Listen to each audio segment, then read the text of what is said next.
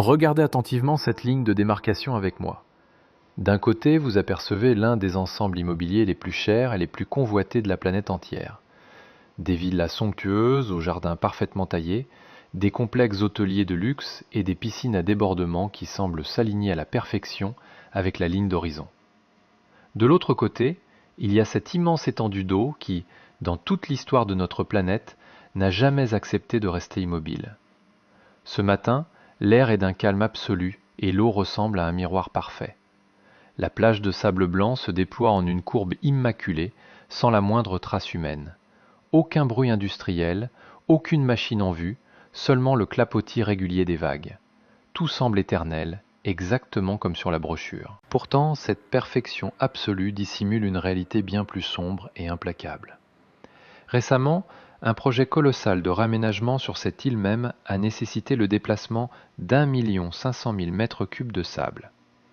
L'objectif était d'ajuster la largeur et la pente de 55 km de plages artificielles pour corriger l'érosion naturelle.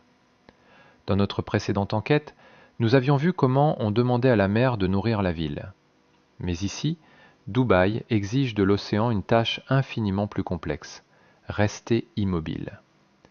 En observant les vagues, une vérité troublante surgit. Et si cette géométrie parfaite n'était pas un produit fini? Et si cette île ne survivait que parce qu'elle est continuellement et secrètement reconstruite face aux assauts de l'eau? Pour mesurer la fragilité de ce littoral, il nous faut d'abord comprendre l'échelle démesurée de sa création. Dubaï ne s'est pas contenté d'étendre ses côtes naturelles, elle a littéralement fabriqué une nouvelle frontière entre la terre et l'eau, réalisant l'un des miracles techniques les plus audacieux et discutables de notre époque. L'île de Palm Jumeirah n'a pas été conçue avec du simple sable du désert. Celui-ci est bien trop fin, trop lisse, et se serait immédiatement dissous sous l'effet des courants. À la place, il a fallu extraire du fond de la mer, à des kilomètres au large, près de 100 millions de mètres cubes d'un sable marin grossier et extrêmement riche en calcium, pour espérer stabiliser l'ensemble. Des navires de dragage gigantesques ont transporté ce matériau en utilisant la méthode spectaculaire de l'arc-en-ciel, projetant d'immenses jets de sable mouillé vers des coordonnées calculées au millimètre près. Guidés par la technologie du GPS différentiel, les ingénieurs ont fait émerger des profondeurs du golfe Persique une structure titanesque dotée de 17 palmes de sable. C'était un chef-d'œuvre de coordination militaire. Le terrassement, la construction des digues de protection et la consolidation des fondations devaient résister à la pression immédiate du grand large. Une fois les dernières pierres posées, Dubaï avait réussi l'impensable, transformer le fond de l'océan en un territoire cadastré, doté d'adresses postales et de titres de propriété. Ce fut un triomphe indéniable pour l'ingénierie maritime. Cependant, bâtir un littoral et maintenir ce même littoral en vie sont deux défis technologiques totalement différents. Si la phase de construction avait une date de fin, la négociation permanente avec la mer, elle, ne faisait que commencer. Penchons-nous sur une unité isolée de ce projet titanesque. Un seul mètre de cette côte artificielle.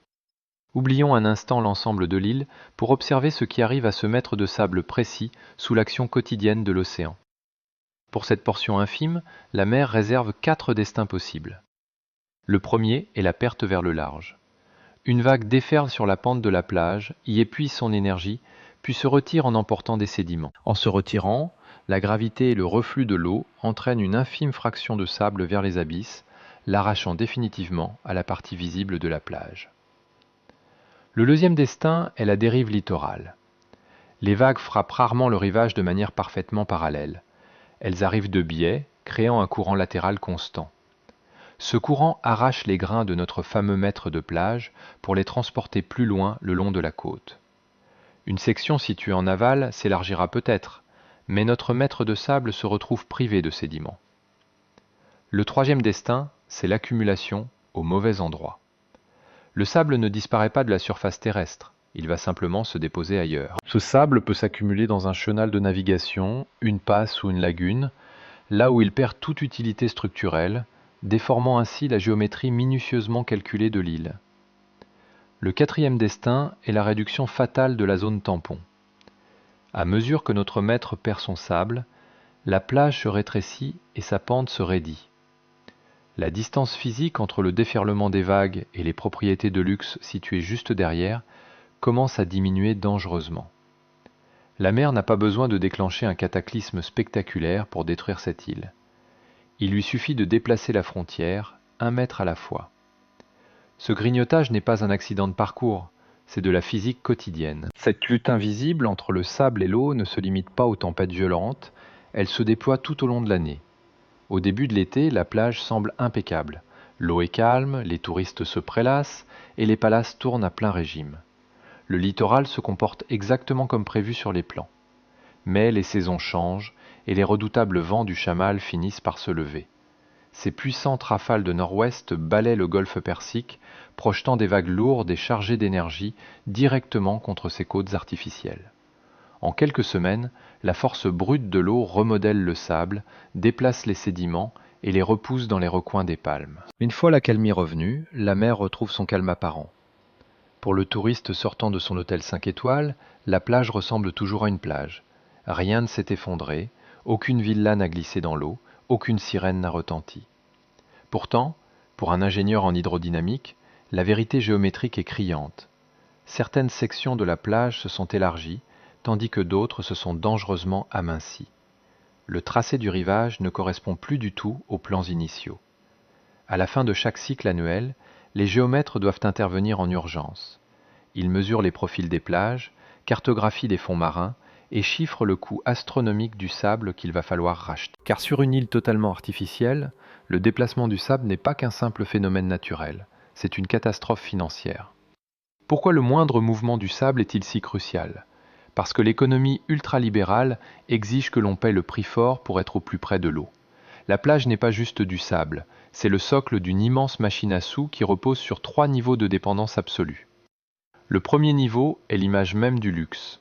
Dubaï vend un style de vie sans concession. L'acheteur d'une villa de plusieurs millions de dollars veut pouvoir poser le pied directement sur un sable blanc parfait. Pour ruiner cette illusion, nul besoin que la plage disparaisse. Il suffit qu'elle devienne un peu trop étroite, trop abrupte, ou pire, qu'elle doive être fermée au public pour laisser passer des pelleteuses et d'énormes tuyaux de dragage. Le deuxième niveau de dépendance concerne l'infrastructure opérationnelle.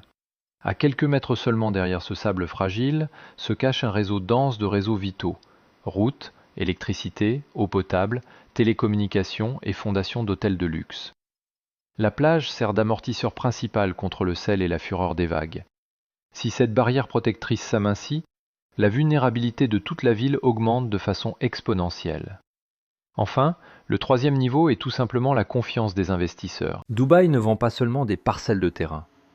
Elle vend la croyance indéboulonnable que cette vue et ce littoral artificiel conserveront leur valeur astronomique pendant des décennies. Cela crée un paradoxe terrifiant. Les propriétés les plus chères sont les plus proches de la mer, et ce sont précisément celles que l'on doit défendre avec le plus d'acharnement. Face à cette pression physique incessante, la ville n'a pas abdiqué. Elle a mis au point une machine d'ingénierie complexe pour figer l'île dans le temps. Le premier bouclier est la digue de protection, un immense croissant de roches imbriquées conçu pour briser la force du golfe avant qu'elle n'atteigne les palmes intérieures. Le deuxième bouclier est le rechargement agressif des plages. Dès que la mer déplace le sable, l'homme intervient pour le ramener. Ce n'est pas du simple jardinage. Les récentes opérations de réhabilitation sur Palm Jumeirah ont concerné 55 km de rivage. Des flottes de dragueuses et d'engins de chantier ont pompé et façonné 1 500 000 m3 de sédiments, progressant au rythme effréné de 300 mètres de plage restaurée par jour. Ils ont corrigé manuellement la largeur du rivage, redessiné artificiellement la pente et reconstruit la zone tampon. Enfin, le troisième bouclier est un mur de données totalement invisible à l'œil nu. Des satellites, des modèles de vagues, des capteurs hydrodynamiques et des relevés topographiques constants surveillent le moindre centimètre carré de l'île. Les autorités savent précisément où la mer gagne du terrain et où envoyer leurs engins. Un anneau de roche, une armada de dragueuses et un flux ininterrompu de données numériques. Devant ce système de défense pharaonique, on pourrait croire que la guerre contre l'océan est gagnée d'avance. Dubaï a prouvé de manière indiscutable qu'elle pouvait corriger les mouvements de l'eau. Pourtant, chaque digue ou barrière érigée pour protéger une zone modifie irrémédiablement le comportement de l'océan à un autre endroit de la côte. C'est ici que vous et moi devons comprendre la loi fondamentale du génie côtier. L'énergie des vagues ne s'efface pas par magie. Ériger une barrière pour stopper la mer ne détruit pas sa force, cela ne fait que la dévier ailleurs. Quand une digue colossale brise la houle, elle modifie la trajectoire et la violence des courants sous-marins tout autour. Lorsqu'un épi de protection retient le sable pour préserver la plage d'un grand hôtel, il prive souvent de sédiments la zone située juste en aval, créant une crise hors caméra. La forme complexe de l'île perturbe l'hydrodynamique locale.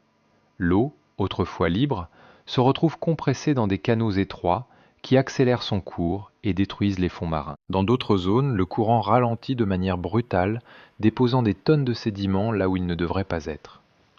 Certes, on peut sauver une station balnéaire, stabiliser une branche de cette immense palme de béton, mais juste au-delà des limites de cette solution artificielle, l'eau cherche déjà un nouvel équilibre.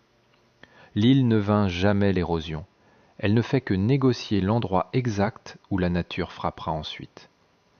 Chaque intervention humaine n'est qu'un compromis temporaire, déplaçant le fardeau de l'entretien vers un autre point de la côte ou le repoussant vers l'avenir. Ces digues ne décident pas seulement du mouvement du sable, elles contrôlent aussi le temps que l'eau passe prisonnière à l'intérieur de l'île. Lors de notre précédente enquête, nous avions vu que le temps de résidence détermine combien de temps la chaleur, le sel et les rejets traités restent près des côtes. Ici, ce même principe régit le cœur de l'île. Dubaï n'a pas seulement conquis des terres sur la mer, elle a reprogrammé l'horloge biologique de l'océan, dictant la vitesse à laquelle l'eau se renouvelle. La digue, en croissant, qui protège Palm Jumeirah des vagues dévastatrices, crée un lagon presque fermé. 17 palmes découpent ce lagon en canaux étroits et profonds. Le brassage de l'eau ne dépend plus que de la marée à travers de rares ouvertures, du vent et de la profondeur imposée par les ingénieurs. Les analyses hydrodynamiques révèlent que cette forme complexe crée d'immenses disparités dans la capacité de l'eau à se régénérer. Près des passes, le nettoyage se fait sans encombre, mais dans les profondeurs de ce labyrinthe de sable, l'eau met un temps infini à rejoindre le golfe. Ce temps de stagnation prolongé rend la gestion de la clarté et des sédiments extrêmement instable d'une zone à l'autre. Le fond de l'archipel se retrouve totalement coupé des courants purificateurs du large. Quand le mouvement ralentit, la marge d'erreur s'effondre. La température de l'eau, comme la prolifération des nutriments, doivent alors faire l'objet d'une surveillance de chaque seconde. Cette silhouette spectaculaire visible depuis l'espace cache en réalité un piège hydrodynamique majeur, qui exige une assistance respiratoire permanente. Faisons un pas de recul. Détournons un instant notre regard de Palm Jumeirah pour observer ce qui se prépare le long de la côte. Car le défi de maintenir ces îles n'est pas figé, il enfle à vue d'œil. Palm Jumeirah a récemment exigé un chantier titanesque pour réhabiliter 55 km de plage. Et pourtant, regardez les plans de sa grande sœur, Palm Jebel Ali. Ce projet colossal prévoit 16 palmes gigantesques, censées faire surgir du néant près de 110 km d'un littoral totalement artificiel. On nous promet 91 km de plage paradisiaque, conçue pour accueillir 35 000 familles sur plus de 10,5 millions de mètres carrés. La démesure donne le vertige. Mais sur le plan d'architecte, chaque nouveau kilomètre de sable dessiné est avant tout une dette écologique et financière pour l'avenir. Cela implique un profil côtier inédit à inspecter chaque année, une nouvelle masse d'eau stagnante à analyser sans relâche et des digues toujours plus profondes à surveiller face aux assauts de la mer. Sans oublier les millions de mètres cubes de sable qu'il faudra injecter en urgence dès que l'océan décidera de reprendre ses droits. Dubaï n'est-elle pas en train d'accroître la valeur marchande de son littoral bien plus vite que l'obligation vitale et perpétuelle de le défendre contre les eaux?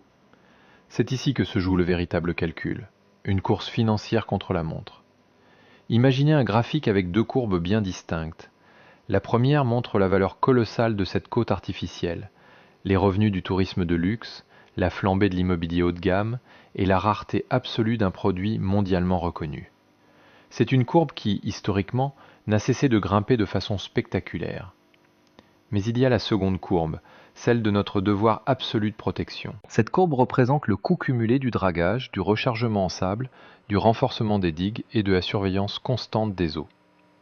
Le vrai danger n'est pas une rupture brutale de l'ingénierie, mais le moment où ces dépenses d'entretien commenceront à grimper plus vite que les bénéfices de l'immobilier. Regardons la réalité en face.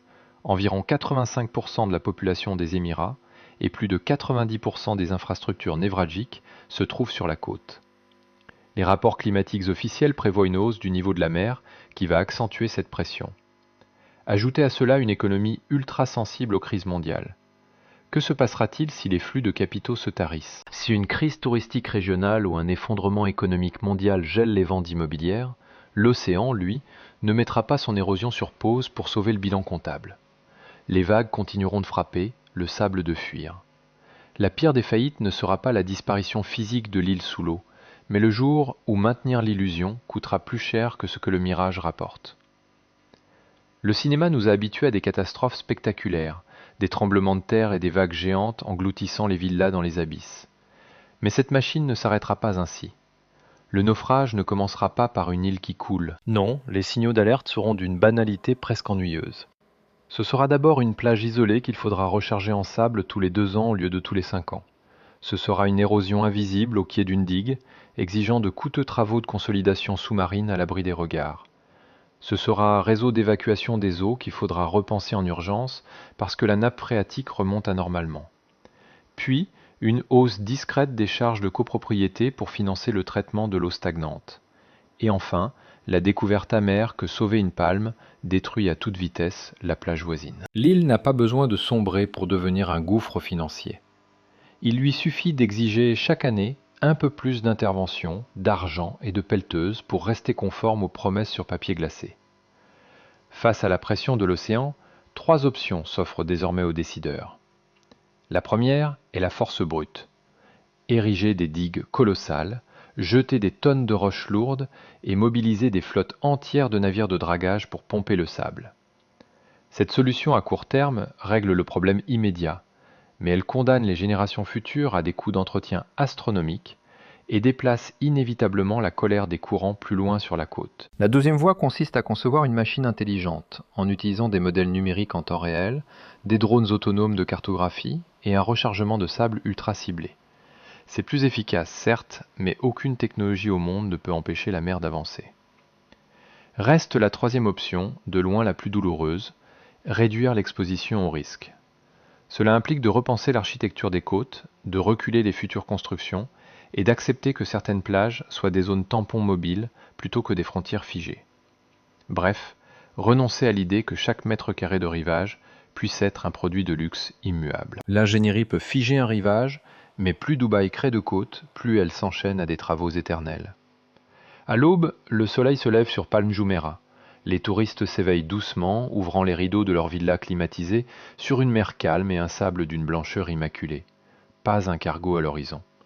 Les tuyaux de dragage ont disparu. Les traces de chenilles des bulldozers ont été effacées avec un soin maniaque. La plage semble parfaitement naturelle, stable, éternelle. Pourtant, ne nous y trompons pas. Dubaï n'a pas dompté la fureur de la mer, elle a simplement appris à cacher les preuves de son impuissance. La ville a conçu une machinerie de l'ombre, capable de corriger des caprices du golfe Persique avant le premier café des vacanciers. Pour l'instant, l'île résiste, les villas de milliardaires tiennent bon et le décor reste parfait. Mais chaque vague déplace la frontière du sable, et à chaque fois, la machine doit payer pour redessiner le paysage. Si notre enquête a changé votre regard sur ces îles célèbres, soutenez notre travail indépendant en vous abonnant. Dites-nous en commentaire quelle autre vérité cachée mérite d'être révélée. Ce documentaire est une analyse indépendante réalisée à des fins éducatives. Précisons que ce travail d'investigation ne prétend en aucun cas que Palm Jumeirah ou d'autres îles artificielles de Dubaï sont en train de sombrer ou menacées d'effondrement imminent. L'érosion côtière, la circulation de l'eau et les besoins de maintenance varient selon les époques et les emplacements précis.